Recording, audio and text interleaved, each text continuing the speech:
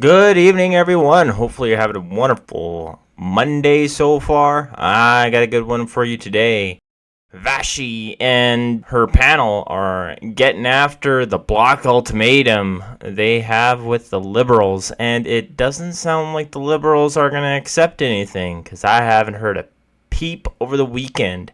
But first, if you like this video, please leave a like and subscribe as well. With no further ado, let's get into it. When asked about how negotiations are going with the Bloc Québécois after that party demanded the feds expand old age security to seniors ages 65 to 74. Last week, most Liberals voted against a Bloc motion in support of that move. They said because it would set a bad precedent. And that led Bloc leader Yves-François Blanchet to say he's going to start talking to other parties about toppling the minority government as soon as this week. But when I spoke to NDP House Leader Peter Julian this weekend on question period, he said those talks haven't started yet. No, I haven't. And as House leaders, we're reaching out to all of the parties every day. But I think there's a difference between what they might be saying publicly and what they're actually doing privately. All right, let's bring in the front bench. With me this evening, former senior advisor to the Liberal Ontario governments of Dalton McGuinty and Kathleen Wynne, Dan Moulton. He's now a partner with Crestview Strategy. Shakir Chambers is a political commentator who worked in Prime Minister Stephen Harper's office before becoming a policy advisor to the International Trade Minister. George Sewell was the former director of communications for the federal NDP. He's now a principal at Syntax Strategies, right? Strategic, never mind. I can never get it straight. And Canadian press reporter Najud Amelise rounds us out. Hi, everybody. Very nice to see you. Dan, I'm going to start with you on this one. How seriously do you think the Liberals are taking all these timelines? How worried might they be about the Bloc saying we're ready to go right now to talk to other parties, despite the fact that obviously everyone knows it's going to depend on the NDP who can still support the government? Like, how worried are they about the... So I just want to start off. I really like the Vashi's panels and stuff like that that she does, because it has a mixture of lefties, it has a mixture of conservatives. Unlike the CBC's panel, I just thought I'd throw it out there. Fluidity, I guess I could say, of the situation. Well, I think that quote that you played there from Peter Julian at the very end about the difference between how the different parties are behaving in public and in front of the cameras and how they're behaving behind the scenes is really important, because everybody's trying to look very strong when they're at a microphone, look like they've got the upper hand in the negotiation, or they're not going to be blinking first in that negotiation. All parties are trying to angle for that right now. What's happening behind the scenes, I think, is probably a bit different. And I think the Liberals are growing a little bit more worried about where things are heading in these conversations with other parties, simply because any additional uncertainty in the weeks ahead is unwelcome for the Liberals right now. I mean, it is... I don't think there are a lot of interests in seeing an election in either Liberal camps or certainly the Democrat camps, or even really the Bloc's camp. But it is a very risky move or a very risky outcome, I should say, for the Liberals to see an election occur this fall. Based on public opinion polls, it would certainly be an extraordinarily difficult election for them. And so I think any additional uncertainty in the weeks ahead, any additional uncertainty from the Bloc is an unwelcome development, because relying on the New Democrats, I think, is troubling right now. I mean, we've seen polling that gives the Democrats a bit of a glimmer of hope in the provinces outside of Quebec, and certainly to be confident in the ability of the New Democrats to hold their caucus together and have them vote together or ensure a sufficient number vote in support of the government just doesn't feel like a very secure environment for the Liberals to tolerate. And so, yeah, I think certainly Liberals are growing a little bit more anxious about the environment at Parliament right now. More dance partners is better, and so I think everything they can do to ensure that the Bloc continue to be open to supporting the government at a time of a confidence motion is really important. Yeah, But you got to remember, too, that Parliament is shut down right now because the Liberals won't produce their SDDC, or TC, sorry, documents. So even if they were to say that they were going to push through the Bill C-319, I believe, the old age pension plan bill that the Bloc Québécois want, they'd have to produce the documents to give to the RCMP for this SDTC scandal first, so they could actually get business done in Parliament right now. which I believe is why they're not saying anything right now about it. But I'm not quite sure about that. My understanding, George, is there are nerves around the NDP, and in particular around what caucus ends up doing. I think they feel like they can count on Jagmeet Singh to not want an election, but they're not so sure about the rest of caucus. Are those nerves warranted in your view? Well, I think you should never take the NDP for granted. I think Stephen Harper learned that lesson to some extent, and certainly Paul Martin did. That people thought Jack Layton was a cheap date in 2011, thought for sure we were going to lose everything. We weren't ready for an election, and yet we came out with 103 seats. So, yeah, and I think the caucus, it's hard to hold New Democrats together supporting a Liberal government in the first place, let alone an old one, let alone one that's kind of now being increasingly not following through on its promises. So I think there's a lot of commitment to try to do everything they can to make the Liberals pass pharmacare. But if that isn't happening, or if there's nothing else to hold it together, I think the Liberals would be wrong to take that vote for granted for sure. And Jude, what's your sense on the Bloc stuff? Because you cover the fiscal situation for the federal government, you cover finances. If ministers have been talking out against it, it's primarily been on the cost and the impact on younger generations, which, by the way, politically, they've just spent the last 8 months expending all their capital on. Yeah, I think the Bloc might have overplayed their hand in this situation, because you look at their demand, $3 billion, at least $3 billion a year in structural spending. That means every single year. And what are they offering in exchange? Their leader, Yves-François Blanchet, suggested that, maybe the Liberals can avoid an election before Christmas if they agree to their demands. And so if you're the Liberals and you look at the bank account, there's no money, and you look at, at what you have been prioritizing, which is young people, it's really hard to make a case in favor of increasing OAS in exchange for 6 weeks. So I think all parties right now are having to come to terms with the fact that we're in an unstable minority parliament, and an election might happen at any time. And I think the Liberals themselves are coming to terms with that as well. It's crazy because I used to think that way the same when I heard that the Bloc Québécois was going to vote confidence in the Liberals. But then I started reading a little bit more, started brushing up on my news, and I think what the Bloc is doing is actually incredibly smart. I don't agree with it, but it's incredibly smart, because either way, whether or not the Liberal government vote in favor or not, they come out ahead.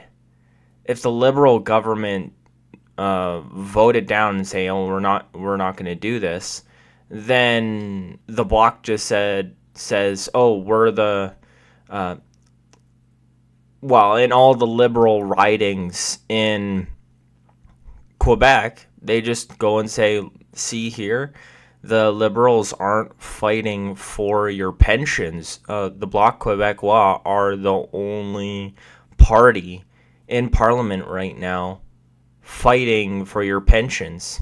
And they, like I said on the last video, they'll say the same thing over the NDP, that if there's a non-confidence vote and the Liberals don't put it through, or the old age pension through, and the NDP vote to keep the Liberal government in, Bloc just comes into every riding where the NDP look like they're going to win, and they'll just say, "Hey, look, here, the NDP don't actually have your back. The Bloc are the only ones who have their back." And I bet you they're going to pick up a lot of seats from the Liberals and NDP either way, because of how they played their hand with this minority government. And Jagmeet Singh could have had the same thing, but as he said, he ripped up the agreement. He ripped it up, and unfortunately, now he has no leverage, and he's only getting negative remarks on everything, especially if he backs the government. A month and a half ago, Shakir, even when Jagmeet Singh ripped up that deal, I'm not sure we anticipated the degree to which it would inform every single day since, and the degree to which the possibility of an election has just dominated everything that happens on Parliament Hill. Like, there's a rare day where the focus is legislation or a policy priority. It's all about survival right now. Yeah, I agree. But to what Dan said earlier, I actually wouldn't be as concerned about an election. I think Blanchette is serious about removing his support and being firm on his demands. I mean, if October 29th comes and goes and there's nothing on the table from the Liberals, he would look incredibly weak if he doesn't kind of force his hand and at least work with the Conservatives to try to get to an election. But I don't think the NDP are in any position to fight an election. Either A, because, there are policy pieces they want to see, such as pharmacare, get passed. But B, it's just the serious reality. They don't have money, right? Their fundraising is not where it needs to be. And they don't have a lot of candidates nominated across the country. So if they want to fight a serious general election, they need much more time. So I think, listen, Blanchette's a serious guy. I think he will move forward if the Liberals don't do anything on his demands. But I suspect, regardless of Jagmeet Singh's strong words when he ripped up the agreement, he'll be there to prompt the Liberals, regardless of what the Bloc does. And we got to remember, they keep talking about this pharmacare thing. The pharmacare plan is not really a pharmacare plan. It's a plan to create a task force to create a pharmacare plan for these medications. That's what it is. It's not really anything. Maybe like a bare bones farm care plan. And it'll be at least a year or two, let's say, until anybody will see any pharmacare help from the government. Plus, this has to be agreed upon by the provinces.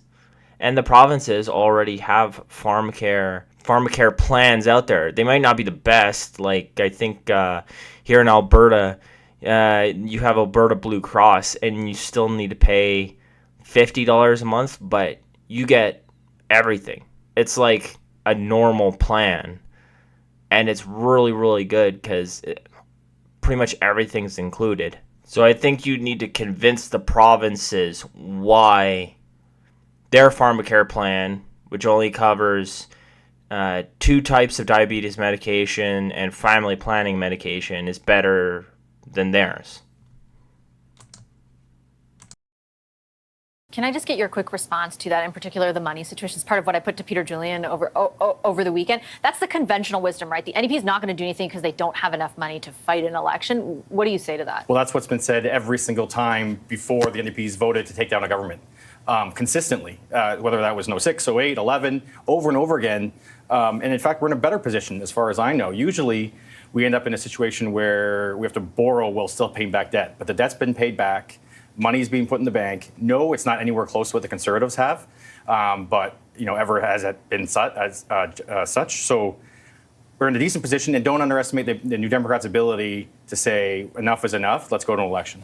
Well, and Dan, what do you think about that? Yeah, if I could, yeah. I would say, why isn't Jagmeet Singh seizing the moment like Blanchette is, right? Like there's a opportunity here for the New Democrats to issue the same kind of demands, to hold confidence in the way that he is as a moment that they can extract political gains like the Bloc are. And I just don't understand why Jagmeet Singh isn't doing that. He's the one that chose to tear up the confidence agreement. He could have launched into the fall with an agenda because, as you point out, everyone in the country, particularly in the political media class, is seized with the question of, is this the do or die moment for the Liberals? Can they survive confidence this fall? It was a real opportunity for the New Democrats and for Jagmeet Singh to control the agenda in the way that the Bloc are, and they've kind of squandered that moment. And I think that Shakir's absolutely right. To me, all that says is their negotiating hand isn't very strong, and they're going to be the ones who end up supporting the government through the fall and avoid an election. Yeah, I think just unfortunately, Jagmeet Singh's not the best at, well, as a politician, to be completely honest. He played a hand that he had a really good chance of getting a lot done, and he kind of squandered it. And the Bloc came in, swooped in, and played some 4D chess, and now they've come out ahead of both the Liberals and the NDP in one of the most important ridings in Canada. So the Bloc Quebecois right now look like they're going to be leader of the opposition. They surpassed the NDP, and the NDP was ahead of the Bloc for a long time. It was Bloc and Liberals for a while. So, I mean, say what you want about the Bloc Quebecois, but